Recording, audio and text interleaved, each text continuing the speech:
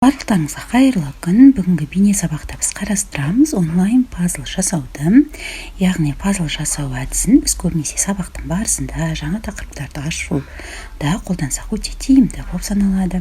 Әсіресе бастауыш сынып оқушыларын оқытуда тиімді әдістердің бірі. Енді бұны жасау үшін біз Google браузеріне кіреміз. Бұл жерде біз Jigsaw Planet деп жазамыз. Әрі қарай бірінші тұрған бесплатные онлайн пазлы дегенге кіреміз. Біздің алдымызда Jigsaw Planet'тің сайты ашылады. Бұл жерде ең бірінші біз тіркеуден өтуіміз керек, яғни регистрация жасаймыз.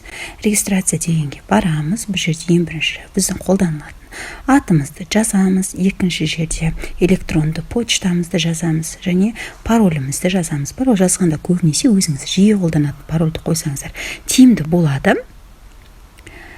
Әрі қарай яғни роботты басамыз және регистрацияны басатын боламыз. Енді әрі қарай біздің логин пароліміз Google-да сақталып тұрса тиімді аккаунтымызда, сондықтан анда экран шығады. Біз сохранить дегенді басып қоямыз.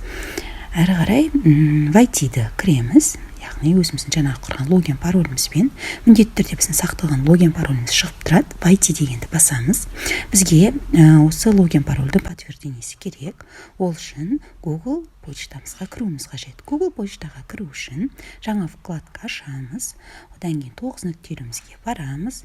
Осы жерден почта дегенді аламыз. Кіргеннен кейін біздің мына жерде Jigsaw сайтына келген хатымыз тұр. Ашамыз да көк түсті ссылканы басамыз.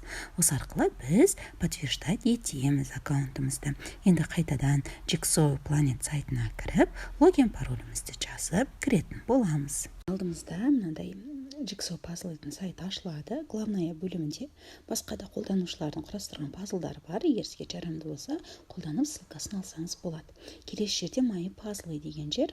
Бұл жерде сіз құраған пазлдар тұрады. Бірақ әзірше біз құраған жоқпыз, бұл жер пустой.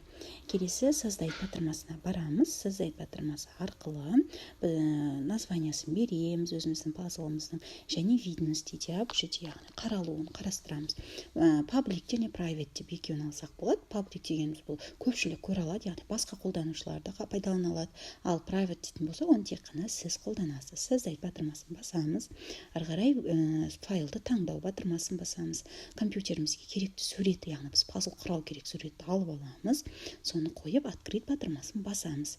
Әрі қарай бізде оның атауын сұрайды. Атауын міндетті түрде жазып кетеміз. Атауын жазғаннан кейін бізде количество частей, яғни бөліктері қанша болу керек? 25 бөліктен бе, 35 бөліктен бе? Жеңілден қиыныраққа қарай мына нені қозғалту арқылы қоя аламыз. Қазір мен мына жерде 35 бөлік дегенді таңдадым. Келесі жерде форма, яғни пазлдарымыз қандай форма түрінде бөліктерге бөліну керек. Мен екінші тұрған пазл таңдадым, екен көпшілік оқушыларға сондай түрде жаттанды, иә. Одан кейін создать батырмасын бастық. Біздің пазлымыз құралды. Көріп тұрғаныңыздай, пазлдар екі жаққа жинақталған. Осымен ортада пазл құралуы қажет. Құралған пазлымыздың ссылкасын алу үшін жоғарғы жақта поделиться деген тұр, иә. Сол поделицаны басамыз. Басқаннан кейін бізде ещені басамыз. Ещенің астында бізде копировать ссылку деген тұр. Осы ссылканы копировать етіп аламыз. Көшірілген ссылкамызды кез келген сайтқа немесе WhatsApp-қа қойып алсақ болады. Мысалы, сайтты аштық слайдымызды. Осы слайдты бір текстқа қойайық.